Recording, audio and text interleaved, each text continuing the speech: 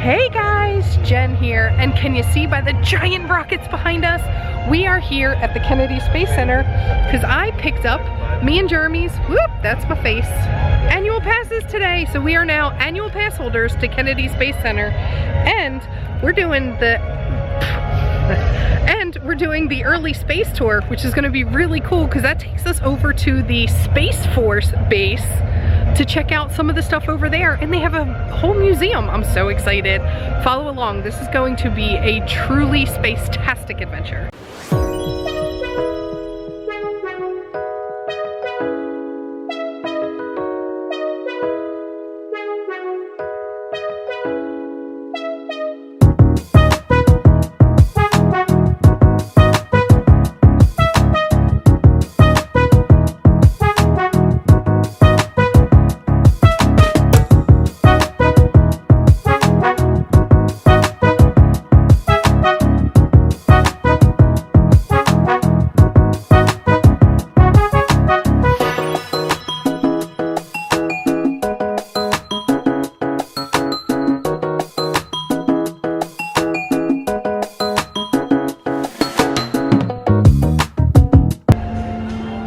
This is the Mars Rover.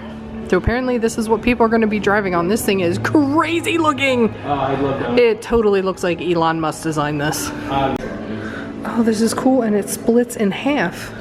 So like right there it can split off and that can stay, and then they can drive around in that. That is wicked cool. Alright, so Jerem's trying to get us to Mars, and you can see which one's been stepped on more. Every once in a while it'll like flash from Jerem. Oh look, see, Mars is flashing from Jerem stepping on it. Someone walking across Earth too. Earth is winning so far. You got some more running to do. This is cool. So outside of the astronaut training experience, they have a sample of what the Mars Terra terrain looks like, as well as the right side of the building is the moon's terrain. And they even have the color scheme down. It's pretty awesome. Ooh, the new store's open. When we were, is that made out of Legos? This is made out of Legos. This is literally a Mars rover made out of Legos. That's amazing. I get sidetracked really easy, in case you guys don't know by now. But this is cool. This was closed and being remodeled last time we were here, and now it's open. So we will definitely check this out before we leave. So Jeremy got his Cosmic Quest badge, and this is kind of like there's interactive games throughout. So anywhere you see those circles, there's interactive games. So in Journey to Mars, there's 2 interactive games, and we have some time to kill before we can eat lunch, so we're gonna go see if we can find one. Mission assignment station, so I think this is it. Scan your badge, trainee. I think you just hold it up to the front. Oh, it worked. Trainee, astronaut, trainee 2. So you got to do one of the 2: temporary exploration base or permanent space habitat. Ooh. In this mission, you will be leading the creation of a temporary base of exploration on Mars. This mission will give us insight into Mars' environment and resources to better prepare us for a permanent habitat. Oh, there's a lot of work to this. What that is? I don't know. Click on all the different, it's all different people. I guess you pick one of their missions. Hi there, trainee. I'm Keith Romans. As an environmental scientist, I specialize in designing artificial environments for human life. It's our job to generate and acquire water and oxygen. Here's Lab Station Scorpio. So now we have his mission. Now he has to research each lab station. So now he's researching Lab Station Scorpio. Oh, that is wicked cool. So that's Mars. Wow, Mars is getting closer and closer. That's a little intimidating. Wait, it's gone. Whoa, what's that? That is Beyond. This is pretty cool. The whole building is just screens, and they all kind of play the same movie. So pretty much no matter where you're standing, you can see the same thing. Pretty wild. And then they have some kind of show here. They have like a quiz show going on right now. All right, so we have made it to the final challenge where he builds the habitat. So basically this is like Sims Mars edition. Martian Temporary Exploration Base. Scrub. You've earned the title of Mars Exploration Specialist. We failed. Destiny calls out to mankind, and you I have guess. answered. I don't know what Well we did done. wrong. So we are now heading to the Orbit Cafe, but how cool is the fuel tank and the boosters for the Atlantis, just towering over everything here. Got this epic music in the background. It sets quite a scene. Ooh, they have a mini SLS in here. Very cool. And they have a sample of the Starliner. This looks entirely too small to house 5 entire humans. I hope they're 5 humans that like each other, because they're going to be very close together. Well, it's going to be that big. Well, not this one. One person. Oh, okay. Oh my God.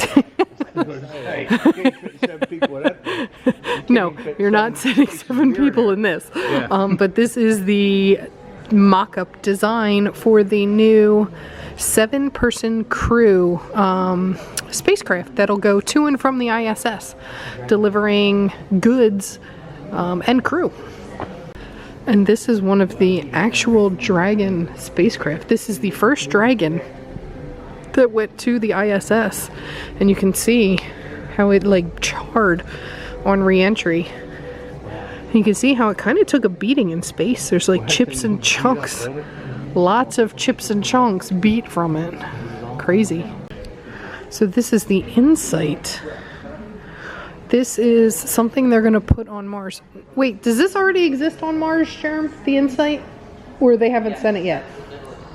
Okay, so this is currently on Mars. Well, obviously not this one, because it's here in Florida, but one of these is currently on Mars, and it's reading seismic activity and reporting back to Earth. Oh, here we go. It landed on Monday, November 26, 2018 in the Elysium Planitia region of Mars. Hey, there's a dude in an astronaut suit doing meet and greets. Oh, he gave that kid bunny ears. That's awesome. We stopped into the store to kill some time before our tour. This is amazing. I want this set. I need my space. I love this. This coffee mug, one is humongous. I love it. And it's only $15.99. That's not bad. Oh, this is cool. It's a Kennedy Space Center coaster for $5. That's not bad. I like how it's the old stamp theme. Interesting. So they have Jennifer for the coffee mugs. They do not have Jeremy. They do not have Lee. They have Kay, but they don't have Kirsten. And let's see, RRR. Oh, they do have Ryan, so 2 of us could get coffee mugs. Ooh, that's really cool. They have a whole bunch of patches. They even have like whole sets of patches. Jeremy, I'm surprised you don't want the Atlantis nightlight. This is my favorite plane ever. It's the SR-71 Blackbird. I've actually physically been in the presence of and been able to touch 2 of the 3 that are left on display. There's only, I believe, 13 left in existence, but only 3 are on display, and I've gotten to visit 2 of them. Oh, that's cool. They have an autism warning for sensory issues. I like that. That's cool. But we're heading up to check in for our early space tour. I found a little Disney here at Kennedy Space Center. The spaceport of tomorrow today. Update. We've made it to the bus. And Jeremy's excited because there's air conditioning vent right next to him. And we are also right on top of the TV, so we should have a good view of whatever it shows.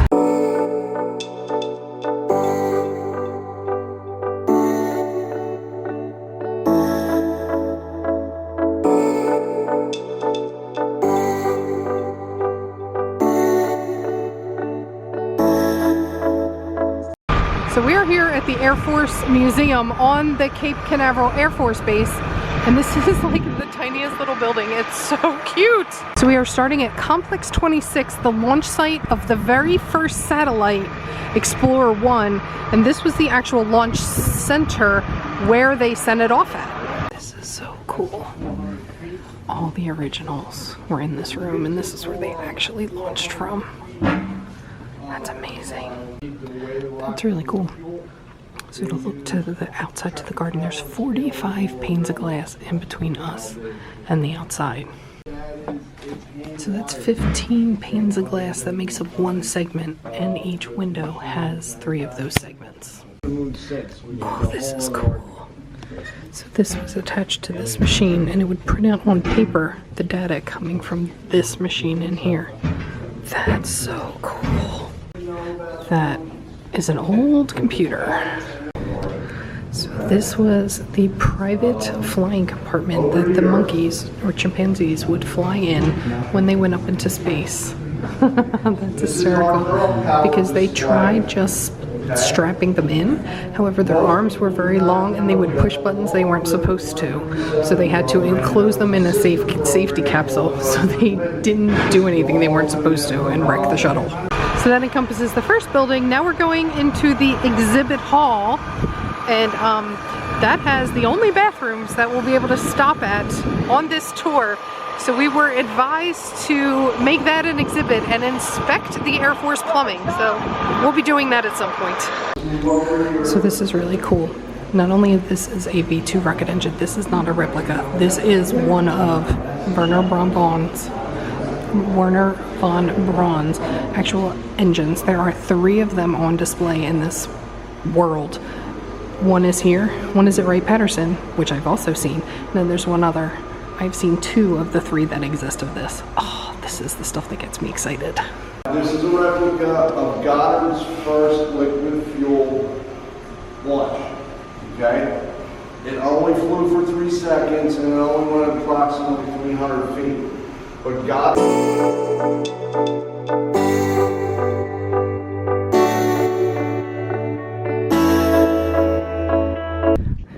So I am standing at the base of an actual Redstone rocket. This is the type of rocket that Sheppard and Glenn went into space with for the first time. They were inside of one of these up there. Like, that's crazy. And this is the actual launch pad that they launched from. This little triangle of steel is the only thing that deflected the flames to keep it from destroying the rocket before it took off. And if you think about what the technology is that we launched from now, this is what we started with. A little metal stand and a piece of sheetrock to deflect the flames. And that over there, that hose, shot water, and that was the coolant system that kept it from overheating before launch. My, how far we've come. So I actually misspoke.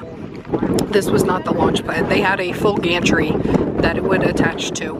However, when they sent Alan and Sheppard up, I hope you guys can hear me, it's wicked windy. They put the rocket on the wrong side of the gantry. So where they were supposed to go up on the gantry, the hatch for them to enter was on the opposite side of the rocket, so they actually entered the rocket via a cherry picker. Classy, classy. Like, my hair is not in a ponytail, it's just that windy and blowing all over the place. So this was the launch station where they actually launched Alan Sheppard and John Glenn into space. So remember how I said that they put Alan Sheppard in the cockpit via a cherry picker? Right before they shut the door on him, they took this picture. I think that face pretty much says it all. So the blockout is the launch stations. These are some wickedly intense doors that you come through, and it's basically, and then there's even blast doors. So this is just a bunker. It's crazy. So this one's bigger than the original. So they have a separate radio room. And this is a much, much larger launch control room. So this is cool. So it's set up kind of similar, but everything here is protected. Look. And then here's where they would launch, and there would be where the rocket actually took off from. Oh, Jeremy's touching stuff. Oh.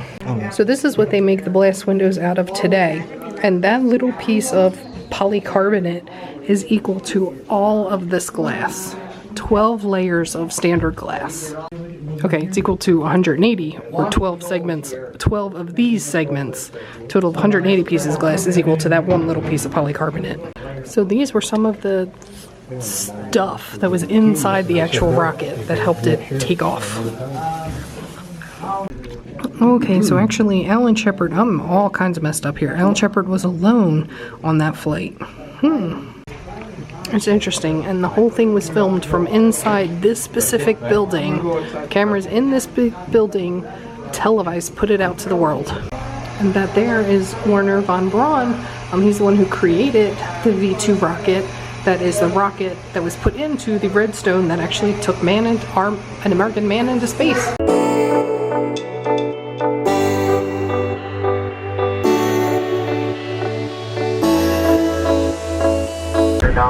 that was a diagonal launch facility, and the fire would shoot out of the tubes towards us. Whoa. And then there was people who would have to hide behind this at launches. That's crazy. That's the Falcon 9. That's very exciting. That landed Friday. That was just in space a couple days ago.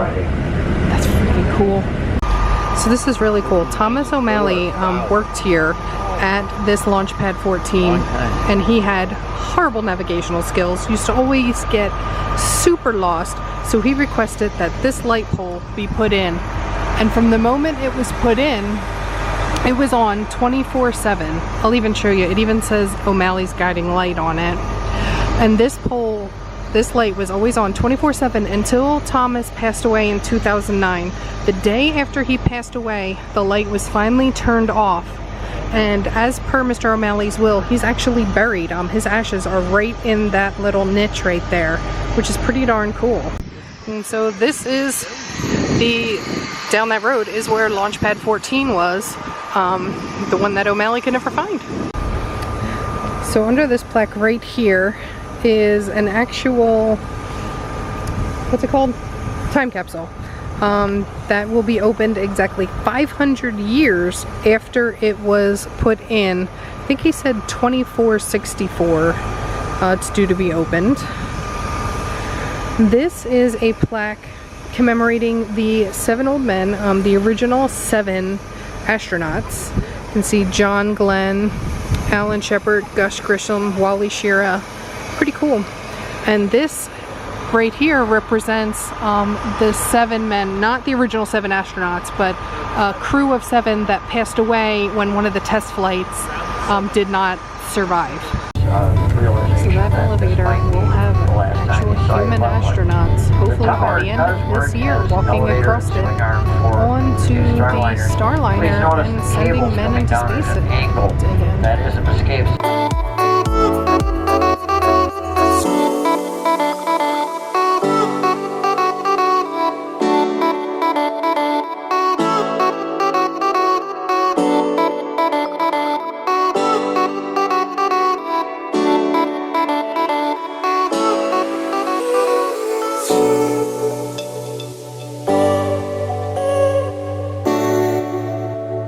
So this is the Apollo Saturn building.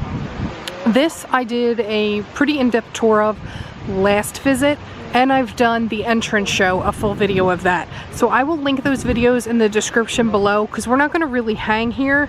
We want to get back to the main property before it closes to see the things we've never seen before. So we're just going to hop in, get a drink, and then hop the bus back.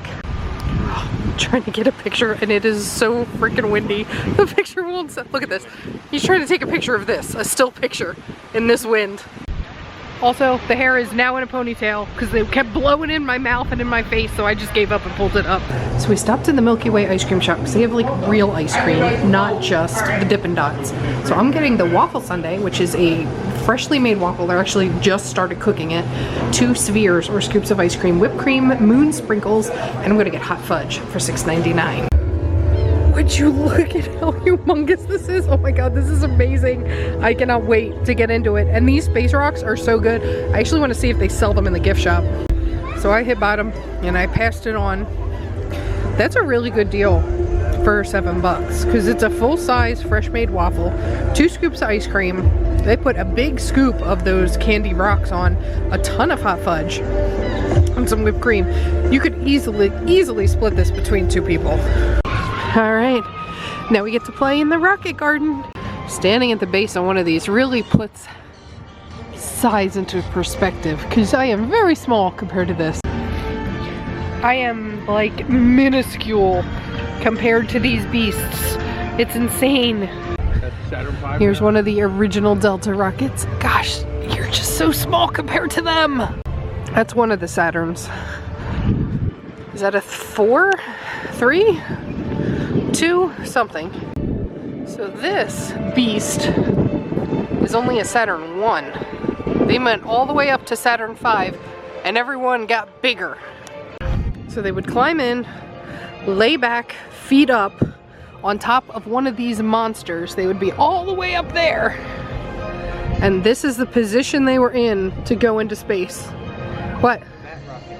Excuse me, just kidding. All the way up there, because this is the capsule from a Saturn. Is this one of the Apollo capsules? Aha, Jeremy's saying yes. You just hold it. Good afternoon, ladies and gentlemen, girls and boys. Welcome to the Kennedy Space Center. Climb in there. Oh my goodness. In about 2 minutes, we'll Wow. Okay, quick, take a picture. That's That's how you gotta stay for 3